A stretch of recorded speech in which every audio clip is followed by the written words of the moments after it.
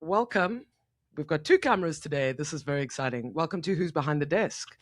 Today is a really, really, really good one, and a long time coming, actually, because I think of all the subjects apart from visas that come up, that just in random in passing, especially within a Cape Town context, property and how do I buy something and why can't I afford something is probably something that comes up quite a lot. Not that I'm an expert at all. So I'm here with Krysia Narramore, member of Cape Town office. And yeah, Krysia.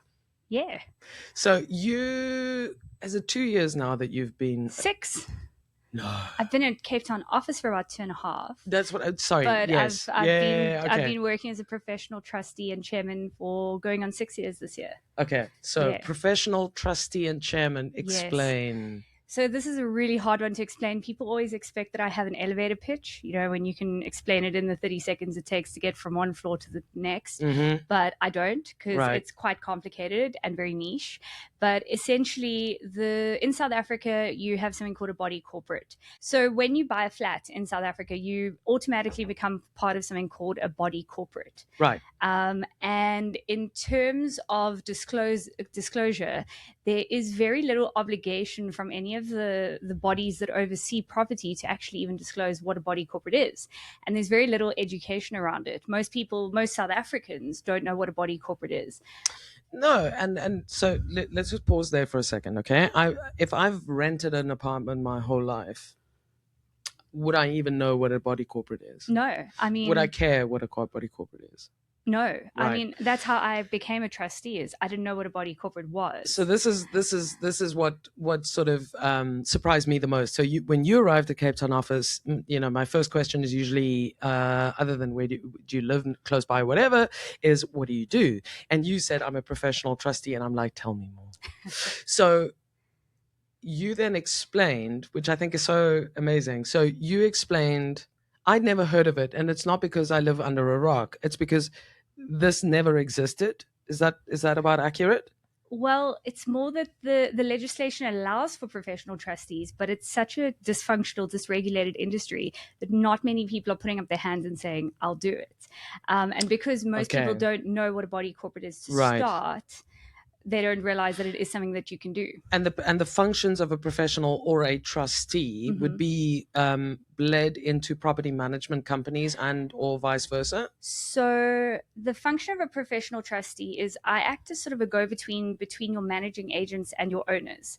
So the owners, I think it's important first to understand that the owners themselves actually hold all of the responsibility sort of in the sectional title space. As a collective. For the block.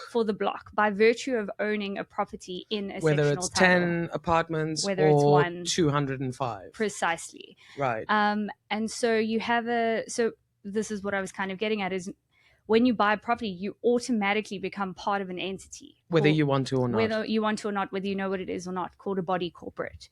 And South African government body corporates are quite unique in that you always hear people complaining about HOAs and how draconian they are. I don't even know what that is. What is an HOA? So in the States in particular, sort of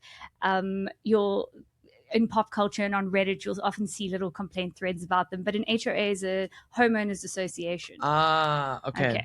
So this is kind of the only parallel we can really make. We do have HOAs in South Africa, but we're not going to touch on those today. So essentially, you become part of a body corporate whether you want to or not, and you now you're now part of a statutory body. And you now fall within governance frameworks by virtue of owning that property. So legally, you are obligated to become part of it. You have no choice but to be part of it if you want to own a flat or an apartment in said building.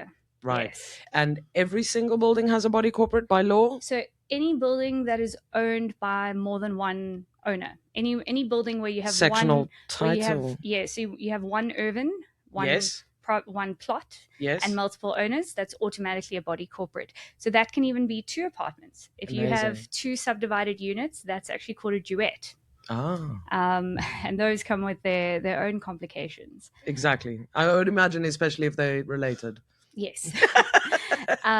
So yeah, essentially you have to pay levies every month, and then the way that a body corporate is structured is you have to, as a collective group of owners, you must appoint a board of trustees, and they are usually owners, which is where I'm sort of the unicorn in the room and the exception. You must appoint a group of owners who act on behalf of the entity, of the body corporate. Right. And they must make decisions that are in the best interests of all of the owners. Right. But it gets a little more complicated in that there's also legislation that governs the decisions those owners can and can't and must and mustn't make. Okay. So they can't just go off half-cocked. They have to actually follow. Yeah. Okay. So in a way, it's, if you understand what a body corporate is, and sort of if you, as an owner, if you can get involved, when it works well, it works really well.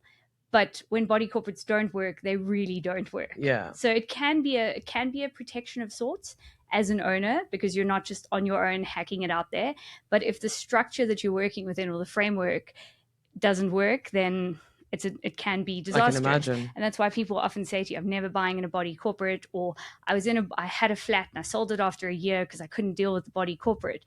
But it's often because owners themselves don't realize that they are the body corporate, and they have just as much obligation and ownership as others.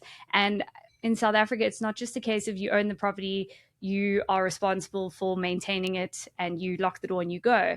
Your responsibility extends to the common property. And because it's a shared responsibility, you have to make these decisions with other parties. Right. So I can give you, if you'd like, I can give you a quick breakdown of how body corporate... I want to get into that, but I also, more to the point, and it's a good time to ask, is how on earth did you become an independent professional trustee? So I slipped and fell. Essentially, my then boyfriend and I bought a flat in a building here in town of 187 apartments. I didn't know what a body corporate was. In fact, it's a bit embarrassing to say, but we didn't even know that we had to pay rates to the city of Cape Town when we first bought our property. Okay. Because when you buy a flat, and I've actually looked into what estate agents' obligations are in terms of disclosure, and people, there's a sort of pervasive opinion that there's a lot more that they're obligated to disclose than they actually are. But legally, they're not. Oh, wow. So all an estate agent actually has to tell you is, this is what the current levies are, and we aren't aware of any special levies that may be coming up. That is literally all that a managing agent who's selling your property needs to tell you. They don't even explain what a body corporate is. Half of them probably don't understand it themselves. Well, why would they? They just want to sell the flat, right? So you and your boyfriend at the time bought a flat. Yeah. And it wasn't a very well-run building, and we lived in it. We weren't buying it as an investment property. And then we started getting minutes from the board of trustees. Pop through the letterbox. Coming in with the levies. And you were like, what the hell is this? And I was like, what is this? And then I kind of said, well, let's go to a meeting.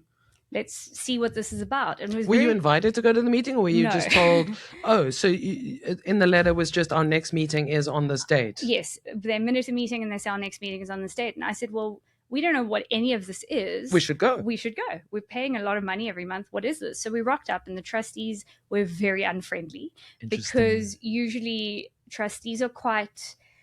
For good reason, I think. Trustees can be quite reticent about inviting owners into meetings. No, but hang on a second. So these trustees are also owners of apartments? Yes. So you're all the same? So yes, but they have been elected by the group of owners to make decisions. So what happens is, often an owner who doesn't understand sectional title goes to a trustee meeting and then puts up their hand and says, why are my levies so high?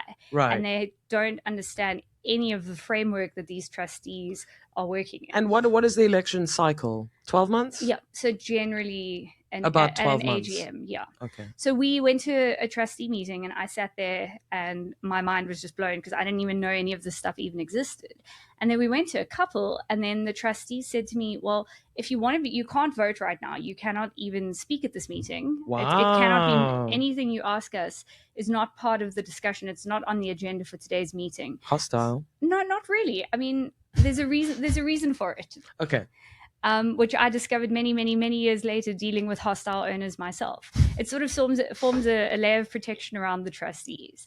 Okay. And then they said to me, well, if you want to actually, you've come to 2 or 3 trustee meetings, if you want to be a trustee, our AGM's coming up, put your hand up.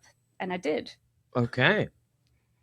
And yeah, that was kind of how we started. So what I learned going in is that you have a board of trustees who represent all of the owners, and you have a managing agent. Now, managing agents are not rental or sales agents. It's a completely different entity. Property management agent. Yes, Right. it's a completely different entity. So what they basically do is your managing agent performs the secretarial duties on behalf of the scheme. So by secretarial duties, I mean they make any payments, they keep all the contracts that might exist between the body corporate and service providers, like the company that services your pool, Like an or escrow your account, lift. or Yes, so it's in a trust account. So managing agents get a lot of slack for not performing, but I think a large part of it is that owners themselves don't always understand the distinction of duties between what they expect the managing agent to do and what they themselves should actually be doing. And this right. goes That back makes to the sense. fact that nobody's putting up their hand and explaining what a body corporate is to you when you buy that property. Yeah, because listen, if you're buying a freehold property in the suburbs, then yeah, it's you and myself and I. It's me, myself, and I that's responsible for the upkeep, the maintenance, the repairs, the all the rest of it. So I can imagine within a democratic process like a body corporate, not all. I mean, you have to learn as you go. I mean, you wouldn't even know potentially what questions to even ask, No. let alone what to look for. The first question you always ask is, why are the levies so high? Well, of course. Oh, And nobody wants to pay high levies. Come nobody on. wants to pay high levies. So that's kind of how it started for me. And then I learned from there.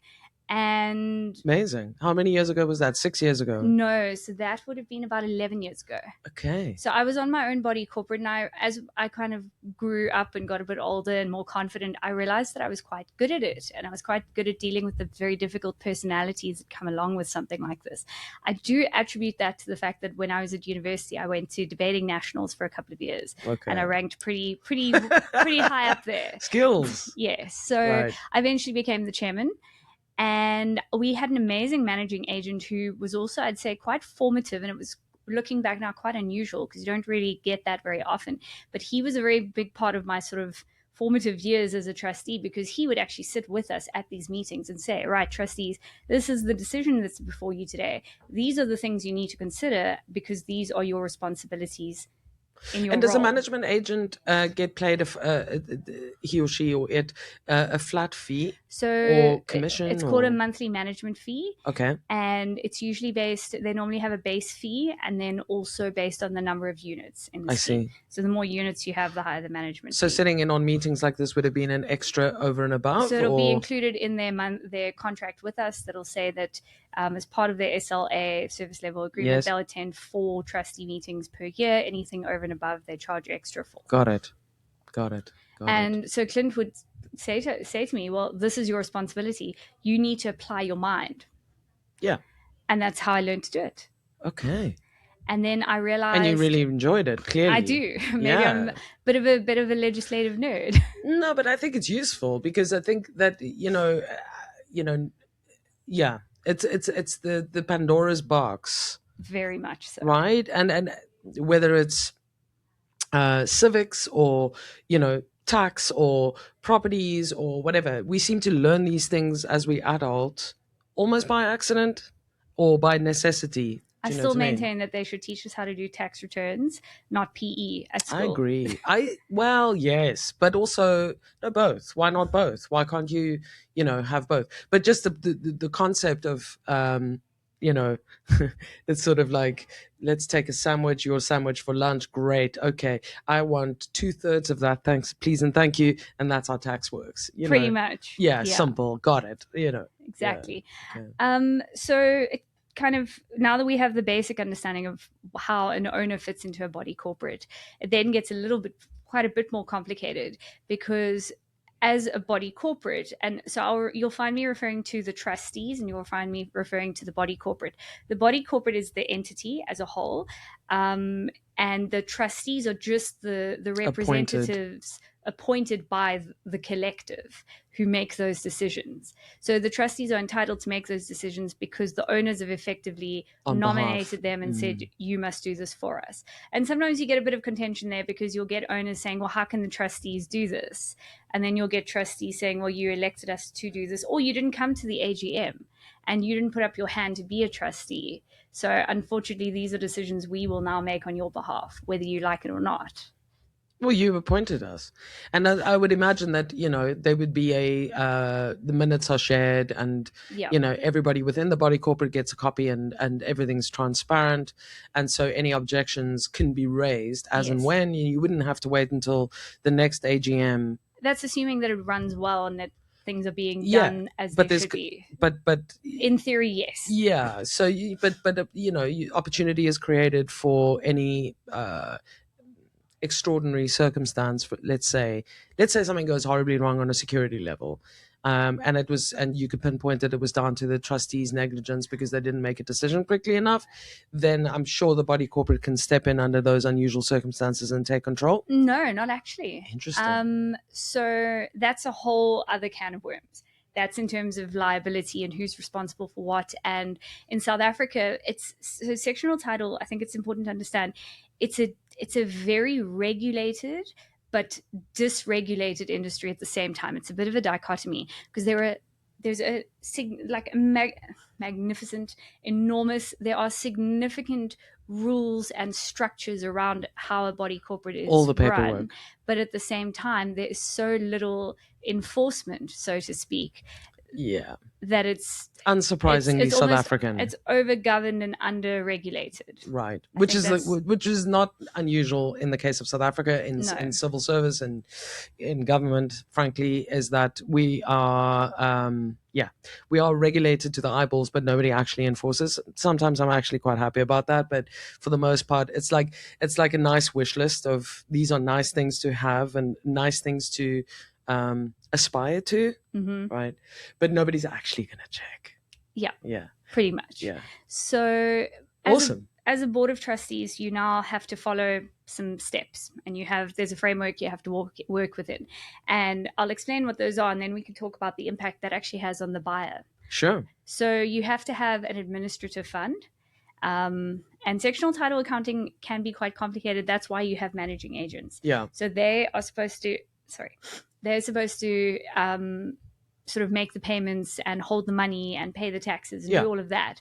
But you have to have, as a body corporate, you must have an administrative fund.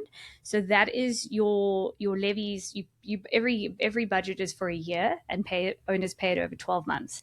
And that includes anything like paying the City of Cape Town every month, paying the managing agent, buying chemicals for your pool, your lift contract, painting, sort of anything small that kind of keeps incidentals the building, or regular occurring. So regular occurring expenses that keep the building running.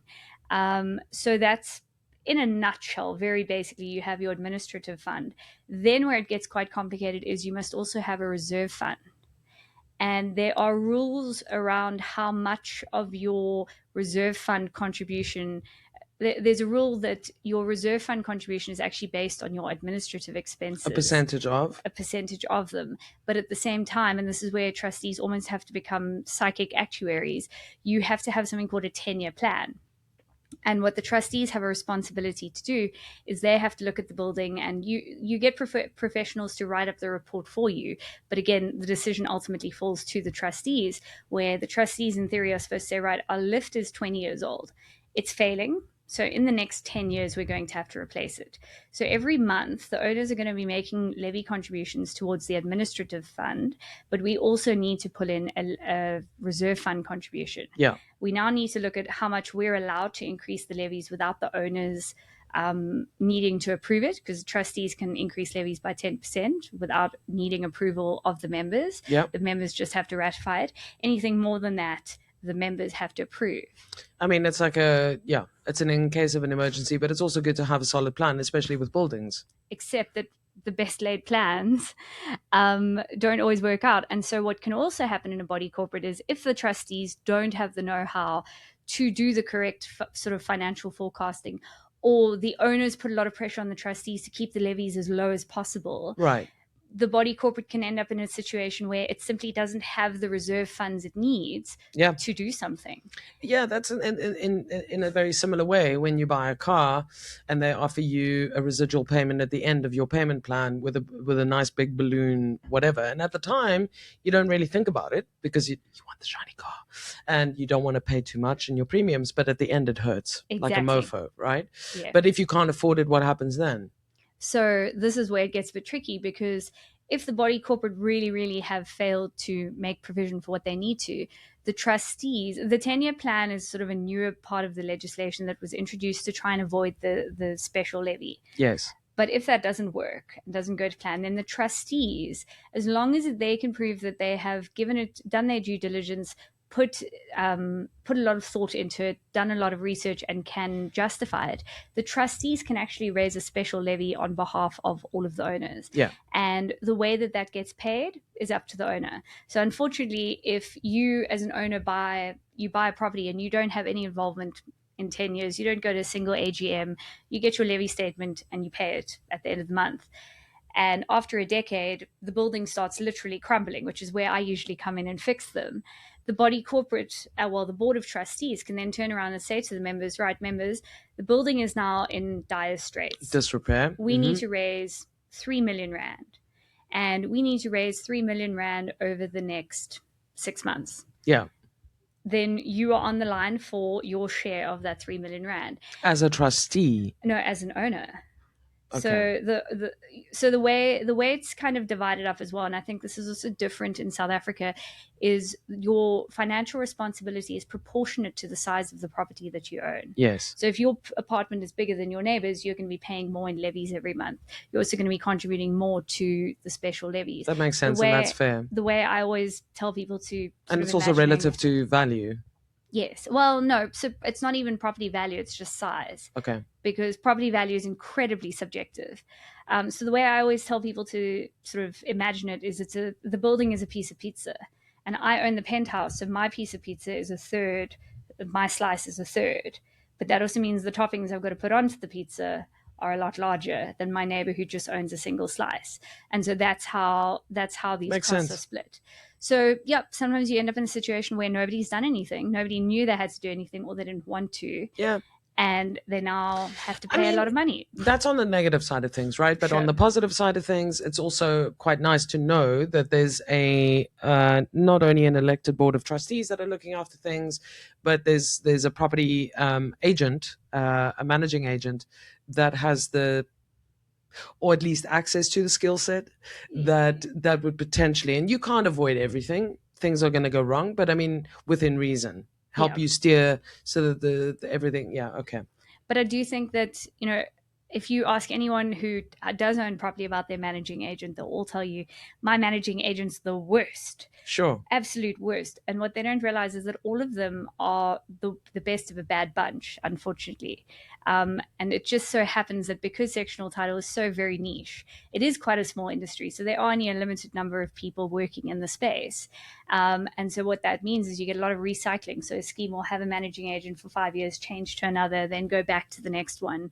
But the relationship there often falls apart just because the owner's expectations of the managing agent's responsibilities don't align with what they themselves are actually supposed to be doing. Because unfortunately, in a sectional title, at the end of the day, the buck stops with you, the owner. The minute you sign that offer to purchase, you become responsible and you become part of that body corporate. So let me ask you this. If you were to buy a property knowing what you know now, would you buy a sectional title? Yes or no? Yes, but only because I'm educated and I've educated myself and I know what to look for. Okay. And would you, as a prospective buyer of a sectional title apartment, dig deeper into the history of the body corporate? Oh, absolutely. So I often meet people and tell them I'm a professional trustee, and they go, oh, I'm going to buy a property. And I go, wait, write this down. These are the things you need to ask for. Okay, so run me through them. Okay, so I see an ad on Property 24. I go and I view an apartment. It's beautiful. I fall in love with it. It checks all of my boxes. It's in my budget. Ready great. To go. Before I sign that offer to purchase, I have to go to the sales agent and say, right, what are the monthly levies? I need to see a copy of the levy statement that the owner is now currently getting. I'd like to see a copy of the rates account to the City of Cape Town. Good. Then I'd also like you to request from the managing agent, I'd like you to request the last 3 monthly management reports. I'll explain what those are now, and the minutes of the last AGM. Wow. Okay. So it's a fairly extensive list, and if you don't know, you don't ask. So you want to see, sorry, so let's just run through that again quickly. You want to see the levy statement. Mm-hmm. You want to also correspond that with the actual rates bill to the City of Cape Town. Well, the two are separate. Well, they should be, but they should match. No, not at all. Oh. So the levies that you pay are what you pay towards the building. The rates that you pay to the City of Cape Town, those are based on your property value. Gotcha. Those are based on whether there's a CID in the area, yes, the cleaning fees, etc., etc. And then you want to see 3 months of management. So the managing reports. agent must give the trustees and the owners on request at any time a monthly management report. So that shows you their bank accounts, bank balances, money in, money out. And then most importantly, it shows you their actual versus budget, which shows you how much money they've planned to spend and how much money they have spent. Okay. So then you get a proper idea of the scheme's financial picture. And then from the audited financial statements, those can be quite daunting when you first look at them. It's normally like a 30-page document. And the first time I saw a set of audited financial statements, I nearly threw them in the air and ran away screaming. And then my mom said to me, "It's okay, just read it. Just physically, actively read it." And once you do that a couple of times, it gets a bit easier. But the audited financials basically are an audited summation of the scheme's financial position. Got it. So that will show you that the scheme has R1 million in its reserve fund. Right. And it'll show you that the scheme is currently running at only a 10,000 Rand, not even a profit, but at a sort of... it's not running in the red. Yes. Because you don't want your scheme to run at a negative. No. A body corporate never makes a profit. It's very important to note that. It's not run like a business. Any sort of additional funds that are not spent get put back into... I was going to ask you earlier, the surplus, else. what happens to that? So the surplus, in theory, should go back into your tenure, your reserve fund. Yeah. For the and next your management budget. reports will also include details of the 10-year plan? No, so the 10-year plan is completely separate. Okay. But, when you're buying a property, when you're looking at a body corporate, you want to know, is it soluble? Do they have some backup money put aside? Because, if... Or are they constantly chasing people for money? Or is there an owner in the building who owes 400,000 Rand in levies? For the last 2 years? Yes, because that would show you that there's probably some governance issues as well. Right. Because if you're not collecting levies... And additional costs, because lawyers ain't cheap. And so if you need to chase a property owner for 400,000 Rand that they owe to the body corporate, it might go to legal? Well, yes, but that's also a separate conversation. If you don't pay your levies, any legal costs incurred, you end up paying at the end of the day. Yeah, but it's all academic if you don't have the money. Yes, but... you have the property, so they can always they can sell the property against your debt. The problem more is that if somebody else isn't paying their levies, even though it will always be recovered, it might take 5 or 10 years. What it does mean is that the rest of the owners are going to have to subsidize that, right? Because the work needs to be carried out until such a time as that particular unit starts paying. God, that's so messy. It's very complicated and messy. So you want to know that the body corporate's solvent. You want to know that they have a reserve fund. Yep. And you want to have a look at their minutes, see how thorough they are. Yeah. Are the trustees Which also gives you a little bit of insight into their governance and their practice and... Precisely. Yeah. And so those are the things you need to look at first. And then if there are no major red flags waving at you, then you put in the offer to purchase. I'm also imagining that I could probably email you and say, for a small fee, Krysia, would you look at these and tell me whether it's okay or not? Absolutely, yes. Useful. Exactly. Because I don't trust ChatGPT to tell me that. No, I wouldn't trust ChatGPT either. No. So yeah, that's basically the sort of... That's amazing.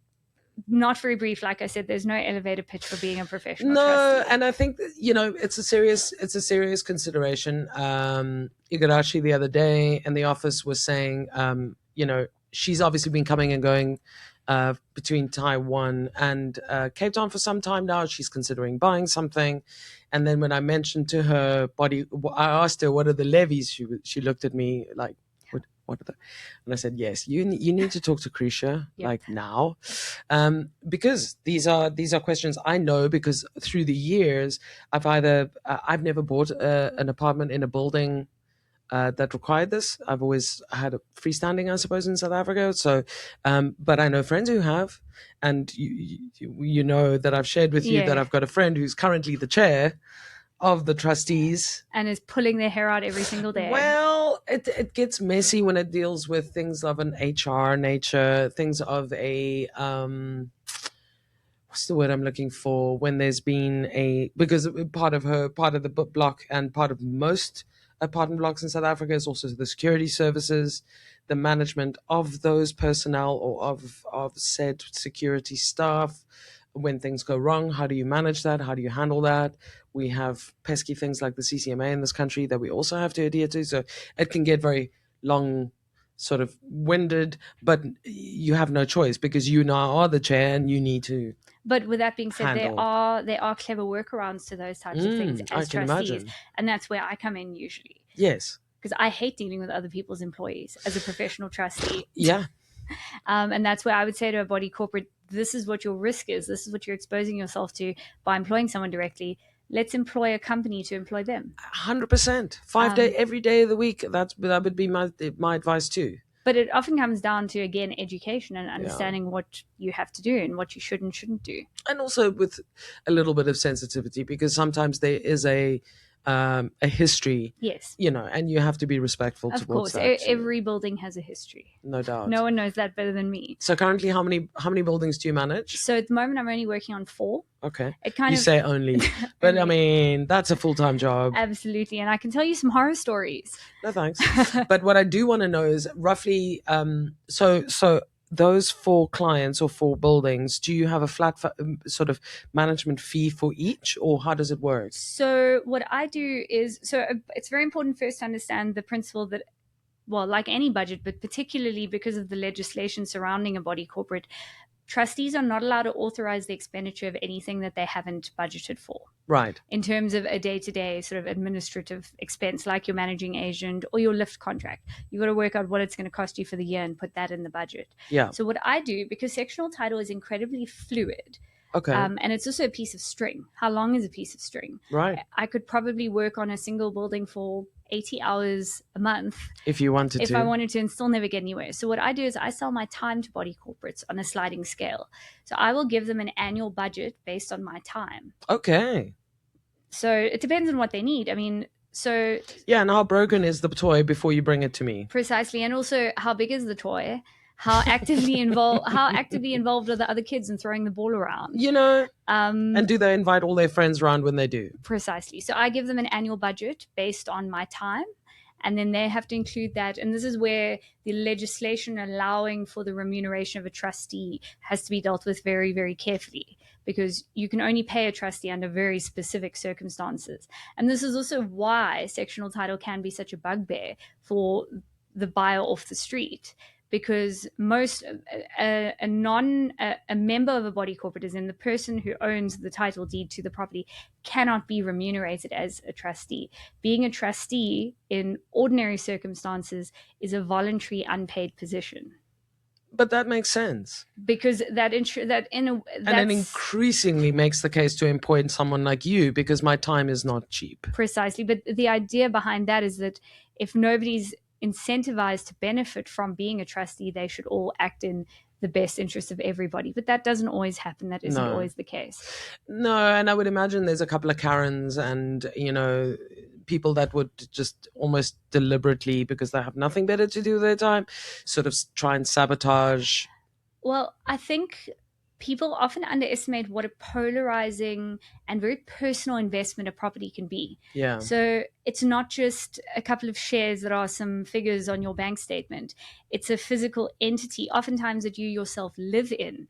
And so often I find that owners struggle to be objective because it's their home. Of course. And they get incredibly emotionally invested. And if you have a group of 5 people who are all emotionally invested, it gets a bit heated. But I can imagine. But that's where my debating comes in, because diplomacy and chairing the meeting and having a structure and saying, I understand that you're upset with John, but he's not on the agenda today. This is what we need to talk about. Let's focus on that. Precisely. Talk to me about Airbnbs.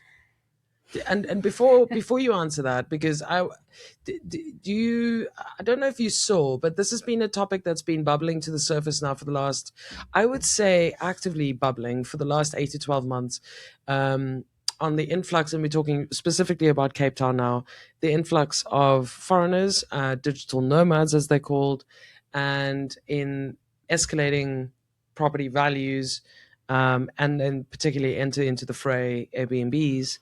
And how that's anyway. 3 days ago, what day are we now? Yeah, 3 days ago, there was a piece in the New York Times about Cape Town and property and digital nomads. And I kind of, when you see it in a local publication, okay. When you see it on LinkedIn, okay. When you see it in a thread coming around between, okay. Or even anecdotal, when people sort of in passing mention, but the New York fucking Times ran a piece on this. That brings it home. Well, it gives it a little bit more gravity, I guess. And so I have, I don't have I haven't made up my mind about this. I'm not sure that it is fair to blame the sort of pricing structure and whatever on particularly on Airbnbs and or foreigners coming in. But I was wondering what your take was in a body corporate context in managing, because I would imagine some of the apartments in these buildings are Airbnbs. They're not people that actually live there. So to give you an idea, I live down the road in the city centre, around the corner from Parliament. The building has 187 apartments, and approximately 70 of those that we know of are short-term rentals. Wow. So it's quite significant. That's 50%-ish. No, it's about just over a third. Okay. It's just over a third. So yeah, pretty significant. And it does have quite a significant impact on homeowners, but it's kind of a very multifaceted, because you get buildings now that are basically just developed solely to be an Airbnb. Right. Okay. And that comes with its own complications. So I can think of the Harry as one of them. Yes. Okay. Precisely. On Harrington Street. But existing schemes where people like myself were lucky enough to buy a decade ago.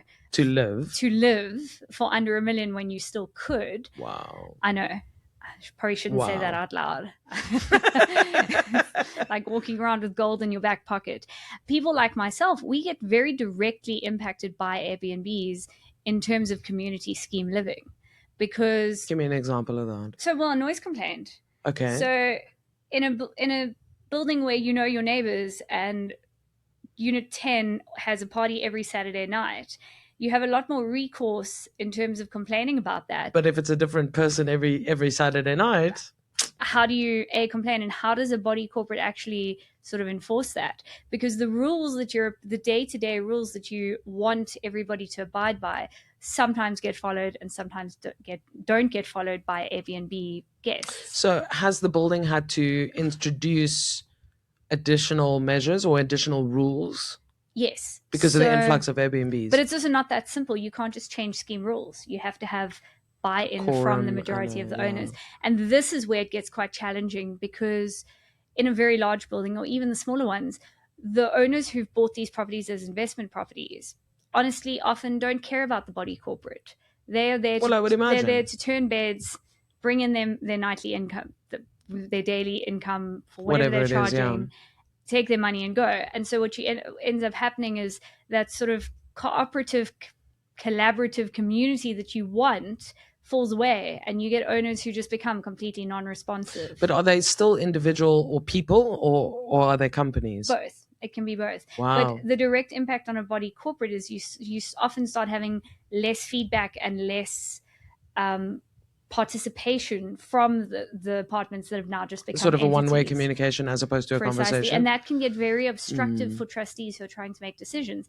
But it also gets a bit obstructive for people living in the building. Well, I would imagine. And then there's security implications, and because you don't know. I mean, I've got one building where they've now had to put in facial recognition software and significantly increase the amount of money that they're spending on security and access control every month because you have such a high turnover of people coming in and out. And what does that directly impact? my levies. Of course it does. So yeah, you also, there's also, if we go back to sectional title, there's also the, is it allowed, isn't it allowed? Because there are a lot of buildings where Airbnb was never allowed. It was never in the scheme rules. Yeah, it's a very complicated And question. it gets very heated. But what I do think is important for foreign buyers, if we were to call them that, or anyone looking to buy an Airbnb or a little investment property to understand, is that if they don't put in the legwork themselves and understand what they're buying into and educate themselves in terms of sectional title, it's all fun and games now. But in about a decade, when the paint on the outside of the building starts cracking to the point where concrete is falling into the parking lot, it's going to hit them and the other owners directly in the pocket because of the cost, because of the failure to plan. Right. And I think that that's something that's very, very underestimated. And I think earlier we were discussing what a dysregulated industry sectional title is. Unfortunately, it's not always something, you can't always just throw money at a problem to fix it. There does come a point where you as an owner have to get involved. But you would think, though, I agree 100%. But I would think that whether it's a company or an individual that's purchased, let's say, 2 apartments in the same block for an Airbnb or short-term rental application, it's in their business best interest to make sure that the property is maintained and kept in a certain way, because they're both protecting their capital investment, but they have a business, right? And so, in theory, except where we are now is that the demand far outstrips the supply. Wow. So it doesn't really matter. Actually, at the end of the day, you're always going to be able to rent it out. All year round or just in season? I'd say all year round. I mean, I've got a building in Sea Point, which is currently an active construction site. When I walk into the building, I have to wear steel cap boots and sometimes a construction hat to access certain parts of the building. The corridors and have been stripped down. The floors have been stripped to bare concrete, and that building is fully occupied. And there are currently 3 Airbnbs running out of 13 units. And there's active construction happening from 8 to 5 every single day. But people are continuing to rent it out as an Airbnb. Are they perhaps pulling in slightly less than they would if the building was running perfectly? You would imagine. But we've still got... Otherwise, the reviews are going to be terrible. But there's still an appetite for these properties, regardless of what state they're in, which is actually quite scary. I mean, yeah. That the demand is what it is. And what are you going to do, right? I mean, you can't put that genie back in the bottle. No. Airbnb, as well as Uber, has given economic opportunity to people that otherwise might never have gotten there. Removed a number of, previously, if you had to register with the tourism board and you had to get licensed and you had to get graded and you had to do all of that, it's expensive and it's a lengthy process. So the city have been talking about doing that for years. They have. It's been, yes, we will regulate it. Yes, we will regulate but they're not. it. And they're not. And what's your feeling on that? As a professional trustee, I find it very frustrating. You would like them to regulate? I think it would be fantastic in terms of risk and liability as well for the body corporate itself. Far better to have it far regulate. Better, because otherwise you end up with these fly-by-nights and cowboys left, right, and center. And then we go back to community living. I mean, we already have a situation where if you can rent a property in Cape Town close to the city center as a local, you're immensely privileged. Correct. But then we've got to look at what quality of life do I have if 6 of the 7 apartments around on your floor are short-term empty. Rentals or sitting empty. As a body corporate, do you have a say in that? No. So it always comes down to the scheme rules. So if the rules allow for short-term rental or they don't explicitly prohibit it, then the owners can do what they like. But those rules were written before Airbnb. No, not necessarily, because I think there was an amendment to the Sectional Title Schemes Management Act, and schemes were required to update their rules with the CSOS, which is the ombud that governs properties. So schemes are expected to have up-to-date rules. But then we go back to, again, that's a member decision. Got you. And that information, I mean, again, you gave 4 very useful things. If you're thinking of buying in a sectional title complex or whatever to buy, would the managing, either the property agent and or the estate agent that's selling you would they have knowledge in terms of what number of properties in said building are currently occupied and or Airbnb'd? Not necessarily, although I would then add something onto the list of things to ask your agent for, which would actually be the scheme rules. I kind of forgot that one. Okay. Because then you'd look at the rules and you'd say Airbnb is allowed. So we're going to list those things, right? We're going to list them in the description because I think that's really, really useful. So you'd look at your rules and you'd see. Yes. The prescribed lease is the prescribed rule is that a lease must be 6 months or more, but you may see that it does say Airbnb, and the body corporate can, if it's written into their rules, they can request that if somebody's renting out a property as an Airbnb, that the managing agents are informed the week before they arrive, etc. But that in practice doesn't always translate. No, because I mean, people are booking. I mean, long gone are the days where people, I mean, the sort of landing space they might book in advance, but generally speaking, people don't do that anymore. They're just kind of like whimsical. Let's go here and let's see what's available. So I do think at some point the bubble will burst. It has to burst. I don't know how it's going to burst. It's a hard one to predict. I do find that my better managed schemes, or the more functional body corporates, are the ones that don't allow short-term rentals. And how do you not allow that? Scheme rules. Okay. Very simple. If the rules don't allow for it, then an owner can't do it. And this is where we go back to governance, because the board of trustees must also make sure that the owners are all abiding by the scheme rules. Right. And there is recourse available. But again, going to something like the community schemes ombud services, the CSOS, can take a year or two before you get a resolution. Yeah, but I mean, if it's worth fighting for, you'll push through and you'll get it done. Absolutely. If it's for the longevity, and if again, to your point, if you're living there and you're wanting to, maintain that, then yeah, I agree with you. I think that there's not only the cost implication or the gentrification of areas and that to take into consideration, and how it's outpriced or priced out locals from the market completely, working class people. But at the same time, it's also a little cowboy. It's Absolutely. Like, come on, man. Like, There's also sort of a more of a knock-on effect. And this is speaking more as a local who lives in an area that's become very gentrified in the last 10 years. And what we find now is that there are really nice fancy restaurants opening up in a road that Japanese used to be barbecue. Yes, in a road that used to be boarded up commercial businesses. Yes. But as locals, my husband and I look at the menu and we go, yeah, okay, I don't think that's going to make the Saturday night rotation. Well, exactly. It doesn't. It's gone from a Saturday night rotation to possibly a birthday or an anniversary, a special occasion, right? Precisely. And so there's very much a knock-on effect in terms of all of those costs of living for local residents as well, or permanent residents, I suppose. But the improvement has been vast, and I would argue for the better. I mean, 10 years ago, I've been here 15 years, and 10 years ago, you would walk down the street comfortably, down Harrington Street, or down the bottom of Batencun Street.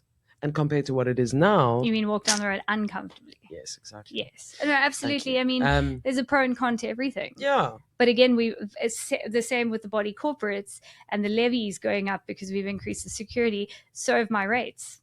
Yes. Because I'm now paying for a CID for a vastly improved area, which I'm not necessarily seeing all the benefit of because I'm not short-term renting my apartment. Got you. But the reality is that the majority of managing agents, your managing agent is only as good as your portfolio manager. And what is a portfolio manager? So the portfolio manager is the person assigned by the managing agent to manage your specific body corporate. Understood. Because like all fields, some people are better than others. Some people know more.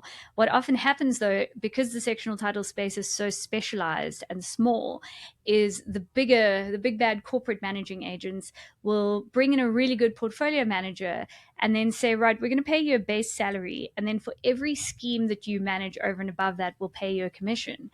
And then what happens at these bigger companies that I will not name is you end up with a portfolio manager who manages your scheme and another 50. Right. And so they're incentivized from an income level to manage as many schemes as they can, billable hours. But not necessarily efficiently. Yeah. And again, that's where you as an owner now have to understand what is the managing agent's responsibility. And that's also where I sort of carry a lot of weight because I make sure the managing agents are performing. So I'm not very popular with our managing agents because as much as I'm pushing the trustees to apply their minds and make the right decisions and explaining the legislation, I'm also the first person putting up my hand and saying, this is your job. Why have you not done this? Okay.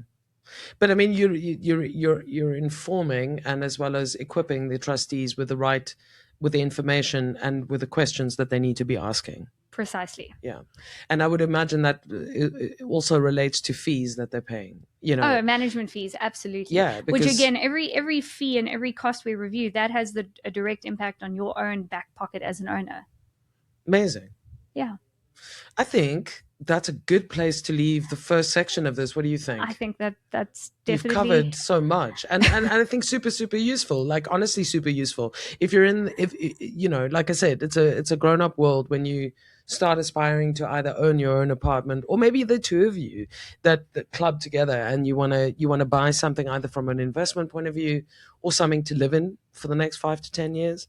But as much as it's a grown-up thing to do, you have to do your homework. That's the most important thing that I would say to anyone who's looking to buy a property, whether it's to invest in it or live in it, is you need to do your homework.